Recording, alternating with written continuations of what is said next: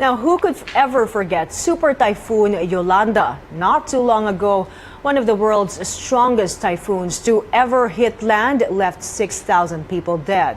The affected communities still need housing, with more than 100,000 units yet to be built. A photo exhibit called Yolanda Retold will showcase photographs taken by Yolanda survivors in Tacloban City. Community photographers as young as 7 years old joined the event. The photos will be shown from November 9th to 26th at Trinoma Mall in Quezon City. 4 years after, there are still corruption issues and concerns on ground na hindi natatackle directly ng government. Through these photographs, mas makikita natin and mararamdaman natin ano ba talaga yung kailangan pa nila at problema na dapat tutukan ng government natin. The country marks the 4th year of the tragedy on November 8th. Security measures are all set for the ASEAN summit. Today, more than 12,000 police and military forces gathered at the Quirino Grandstand for the send-off ceremony. Zian Arcangel tells us how they are preparing for this big event.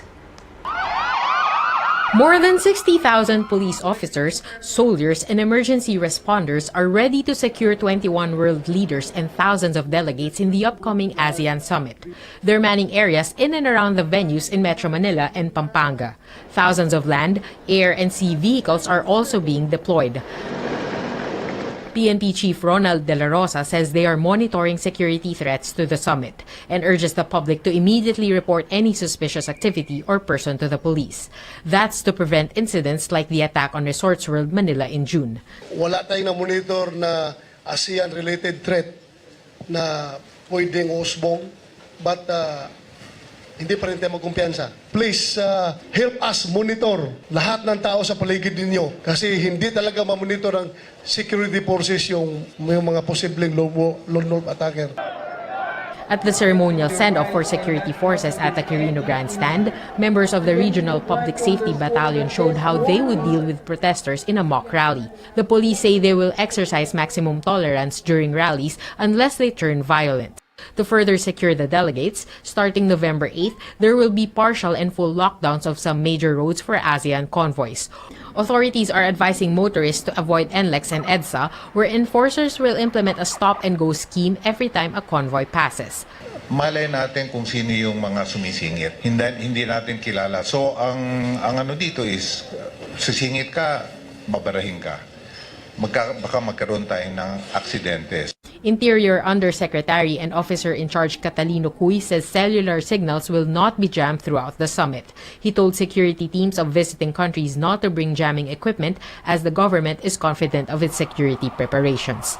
Thousands gather at the People Power Monument to protest the spate of killings in the drug war. Our correspondent Trisha Tarada is there to give us the latest. Trisha, tell us about today's protest. My police estimate that there are over 20,000 people here, from students, activists, members of the various religious groups, and also the opposition. They're calling on the government to stop the killings and to start the healing. Bishop Socrates Villegas led the praying of the Rosary, joining the prayer, and our former President Benigno Aquino's siblings, Bolsi and Viel, Senators Bam Aquino, Franklin Trilon, and Antonio Trillanes are also here. There are supporters of the opposition group Tindig ng Pilipinas, which organized this event. Now, Trillanes says the huge crowd shows many want to put an end to killings. He says he is one with the church in praying for healing. Joining the march is a 9-year-old Justin, who, if given the chance to talk to the president, wishes to ask questions like why many are getting killed. He says he learned about the drug-related deaths by watching the news. In an interview with the CNN Philippines, Bishop Villegas says that the crowd turnout is encouraging and overwhelming. Mai? Trisha, give us the latest on the traffic situation there.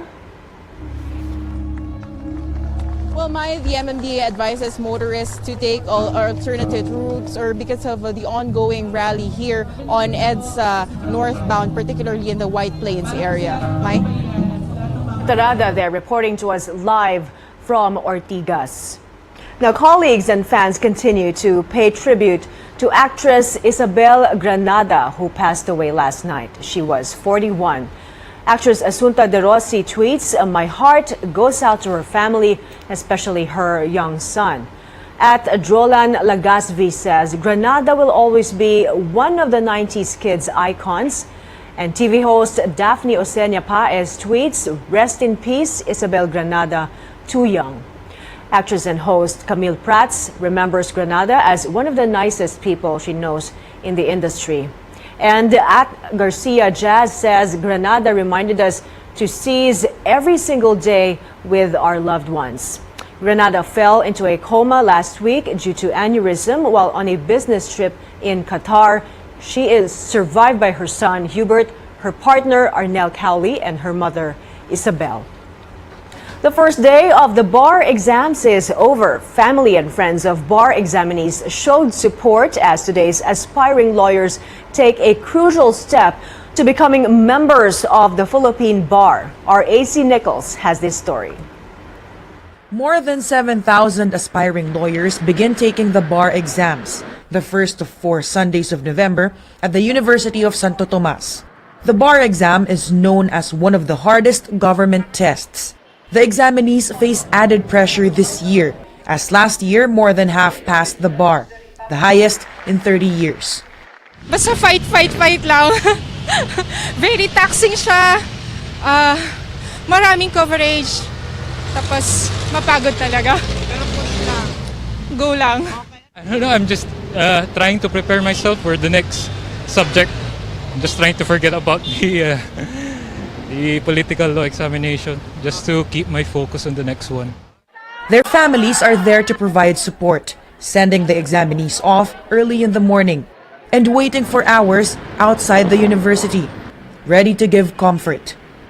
Arlene Katubig traveled from Mindanao to support her 59-year-old husband.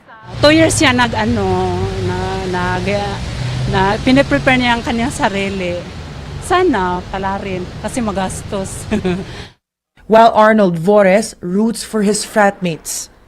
Good luck brothers and sisters sa lahat na magtitake ng bar. Kaya natin to mga bradsis. Supreme Court Associate Justice Marvic Leonen tells bar takers to chill, answer questions one at a time, and write simply.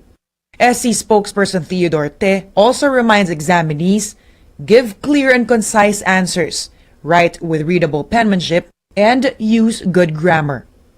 In news overseas, U.S. President Donald Trump is in Japan, the first stop of his 5-country tour through Asia. Mr. Trump and Japan Prime Minister Shinzo Abe had lunch and played golf at a country club near Tokyo.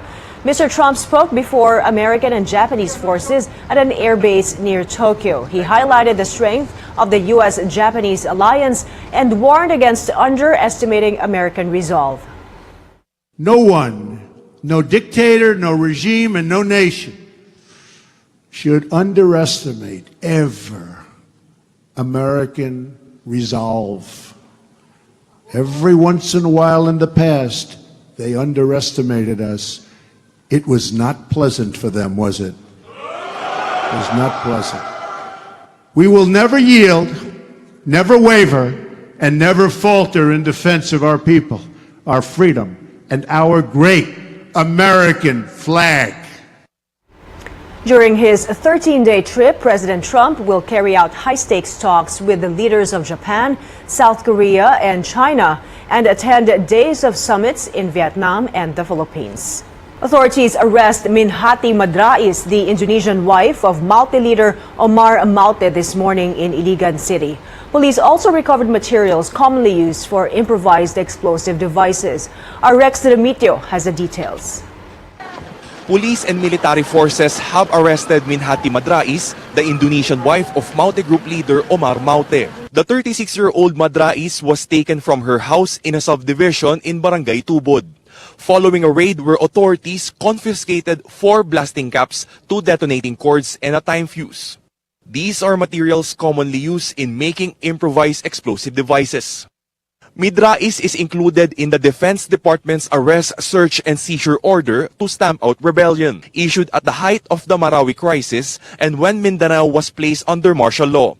Asawa siya ni Omar, so tinitingnan natin yung participation niya. From Indonesia siya, tapos nakapunta siya dito sa Pilipinas. Authorities have also taken into custody her 2 sons and 4 daughters. They will be turned over to the Social Welfare Department. CNN Philippines has also obtained a copy of Madrais' Indonesian passport, which the Iligan police says has expired. Base sa passport niya, 2012 pa siya pabalik at saka papunta rito. Iligan Police Chief Leonie Royga says Madrais told him Omar Maute was her classmate in Egypt, where they were both radicalized. Iba yung niya, iba yung mga actions niya, pati yung mga anak nga, iba yung mga signs eh. May mga signal ng isang lang. Madrais' husband Omar Maute was killed in a military operation in Marawi on October 16th, a day before President Rodrigo Duterte liberated the city. As she undergoes interrogation, police say Madrais might be brought to Manila to face charges. A call to stop the killings and start the healing. Thousands of people gather on EDSA to protest the spate of killings in the drug war. They began the day by attending a mass at the historical EDSA shrine to pray for forgiveness and healing. Our Makoy Popioko joins us live from Ortigas. Makoy, tell us what happened. My 150 family members of alleged victims of extrajudicial killings attended the 3 p.m. Mass where over 2,000 people joined them in their quest for justice. Vice President Leni Robredo, Senators Antonio Trillanes, Bam Aquino, Risa Ontiveros, and Frank Drilon were also there. Catholic Bishops' Conference of the Philippines President Archbishop Socrates Villegas led the Mass, co-organized by the opposition group Tindig Pilipinas. Villegas, in a video uploaded on the Facebook page of Tindig Pilipinas, said that this Mass is not a political gathering. He said that this is a simple assembly of the faithful to pray for the country's healing. Now, in his homily, Villegas condemned the killings, and he said that the Philippines turned into a country of apathetic Filipinos who seem indifferent about the series of murders committed in the government's war against drugs. Villegas also challenged government officials and ordinary citizens to fight for what is right, and that is to stop the killings. Ang pakiusap na itigil ang patayan ay panaghoy ng mahigit 10,000 kababayan nating napahil dahil ng labandaw o kaya ibinaril ng di nakilalang tao. Ito ay hinagpis ng mga ulilang magulang at anak, mga maagang na ulila sa asawa. Kapag hindi natin itinigil ang patayan, may sumpang parusa ang bayang pumapatay sa sariling kababayan.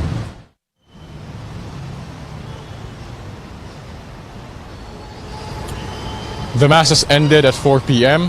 Now the attendees march to the People Power Monument for a protest.